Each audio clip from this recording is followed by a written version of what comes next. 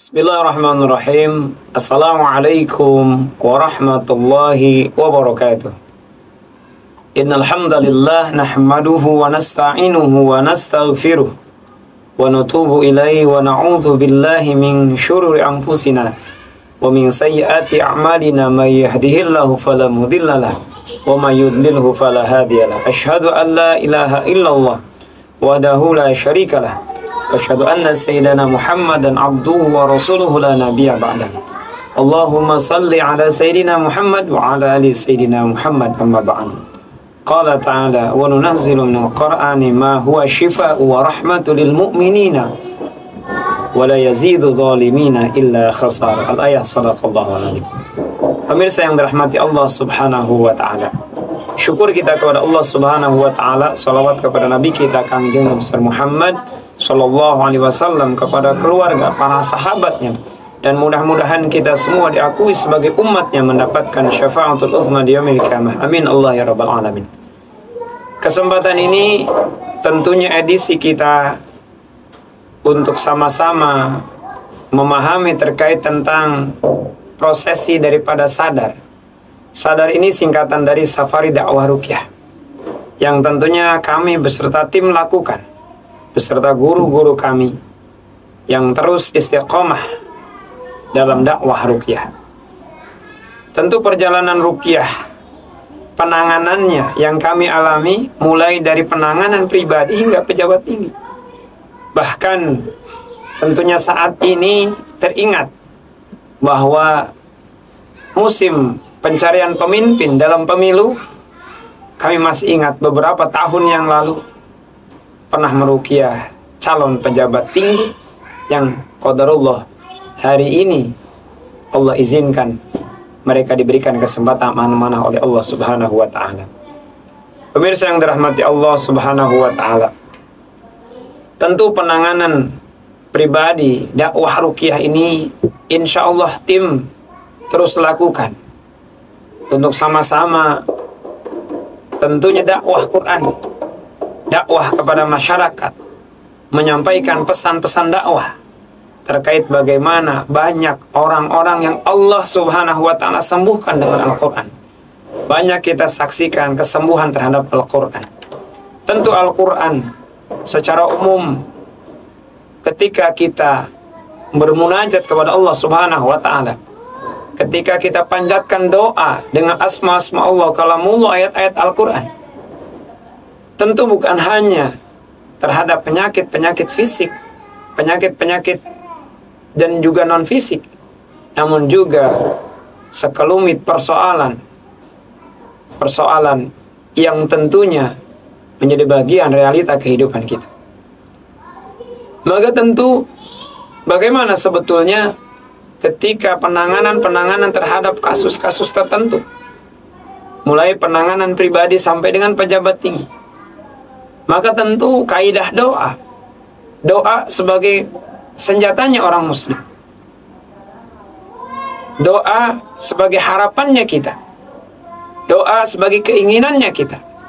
Maka doa ruqyah menempatkan sebagai posisi ketika kita membacakan doa asma Allah, kalamullah, ayat-ayat Al-Qur'an, maka menempatkan posisi doa kita dengan asma Allah, kalamullah, ayat-ayat Al-Qur'an sebagai syifanya, sebagai penyembuh, sebagai Allah mengabulkan doa-doa kita dengan asma-asma Allah, kalamullah.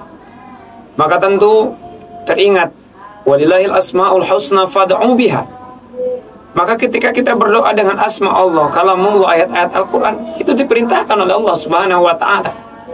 Maka kalau hari ini kita ingin berdoa, maka ketika hari ini kita ingin bermunajat kepada Allah Subhanahu wa taala, persoalan baik tentunya pribadi kita atau menyangkut tentunya kemanfaatan, kemaslahatan untuk orang lain, ketika kita memiliki keinginan, ketika kita memiliki keinginan bermanfaat untuk orang lain, kenapa tidak doa ini kita panjatkan kepada Allah Subhanahu wa taala? Maka tentu hari ini kita berdoa kepada Allah Subhanahu wa taala. Tentu mudah-mudahan Allah hadirkan pemimpin-pemimpin yang amanah, pemimpin-pemimpin yang tentunya Allah Subhanahu wa taala berikan ketetapan sehingga dia diberikan amanah untuk menjalankan kepemimpinan dengan amanah dan juga tentunya dengan jujur dan adil. Maka hari ini yang kita harapkan, permohonan kita kepada Allah Subhanahu wa Ta'ala dengan asma Allah, kalamullah, ayat-ayat Al-Quran. Maka tentunya harapan-harapan kita, doa-doa kita mudah-mudahan senantiasa dikabulkan oleh Allah Subhanahu wa Ta'ala. Maka ketika kita menyampaikan doa ruqyah secara pribadi ataupun untuk urusan duniawi, ya sampai tentunya menjadi seorang pejabat yang tertinggi misalkan, inilah sebagai solusi Qurani kita. Karena tentu ketika kita berdoa, bermunajat kepada Allah, maka sebetulnya kita sedang berharap kepada Allah, bermunajat kepada Allah. Keinginan kita, harapan kita ingin dikabulkan oleh Allah Subhanahu wa Ta'ala.